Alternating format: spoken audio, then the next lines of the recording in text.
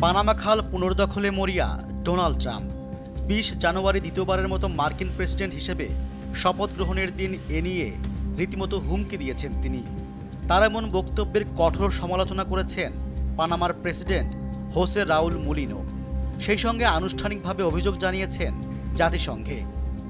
তবে পানামা খাল পুনর্দখল করতে গেলে বিপদে পড়তে পারেন ট্রাম্প। সিএনএনের প্রতিবেদনে এই আশঙ্কার কথা জানানো হয়েছে। 20 শতাব্দীর শুরুর দিকে পানামা খাল খনন করে আমেরিকা। 1977 সালে খালটি নিয়ে পানামার সাথে চুক্তি করে তৎকালীন মার্কিন প্রেসিডেন্ট জিমি কার্টার। চুক্তি অনুযায়ী 1999 সালে খালটির পূর্ণ নিয়ন্ত্রণ পায় পানামা সরকার। ট্রাম্প মনে করেন পানামা সরকার চুক্তি লঙ্ঘন করেছে। খালের নিয়ন্ত্রণ গেছে চীনের হাতে। মার্কিন জাহাজগুলো গুনেছে বাড়তি শুল্ক। অর্থনৈতিক প্রতিরক্ষা ও নিরাপত্তার ক্ষেত্রেও ঝুঁকিতে আমেরিকা। তাই পানামাকে নিয়ন্ত্রণ দেওয়ার সিদ্ধান্ত ভুল ছিল। ট্রাম্পের মন্তব্য মানতে নারাজ পানামা সরকার। মার্কিন প্রেসিডেন্টের অভিযোগ প্রত্যাখ্যান করেছেন পানামার প্রেসিডেন্ট।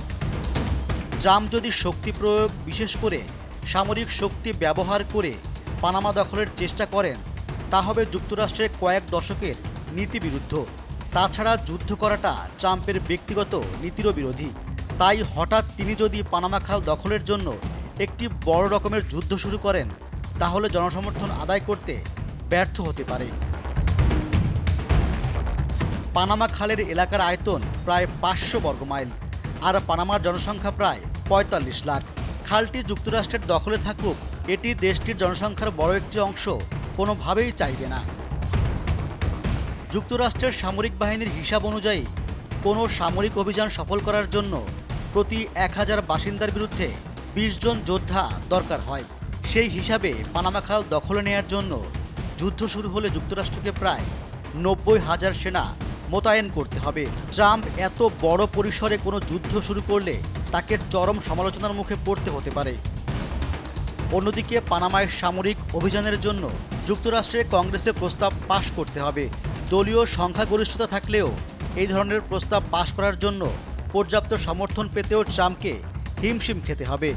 কারণ উভয় দলের অনেক কংগ্রেস সদস্য সামরিক শক্তি প্রয়োগ করে পানামা খাল দখলের বিরোধিতা করবেন বলে ধারণা করা হচ্ছে। পানামা খালের দখল নিয়ে যুদ্ধ শুরু হলে সেটির ধাক্কা বিশ্ব অর্থনীতিতেও পড়বে। এই খাল দিয়ে প্রতি বছর বৈশ্বিক বাণিজ্যের প্রায় 6% হয়ে থাকে। অথচ এরই মধ্যে লোহিত সাগরের সুয়েজ খাল দিয়ে চলাচলকারী জাহাজে ড্রোন ও ক্ষেপণাস্ত্র হামলা চালিয়ে বৈশ্বিক বাণিজ্যকে অস্থির করে তুলেছে ইয়েমেনের হুতিরা। এ খাল দিয়ে বিশ্ব অর্থনীতির প্রায় 12% বাণিজ্য হয়ে থাকে। তাই সামরিক শক্তি প্রয়োগের মাধ্যমে পানামা খাল দখল নেওয়া বেশ ঝুঁকিপূর্ণ হবে।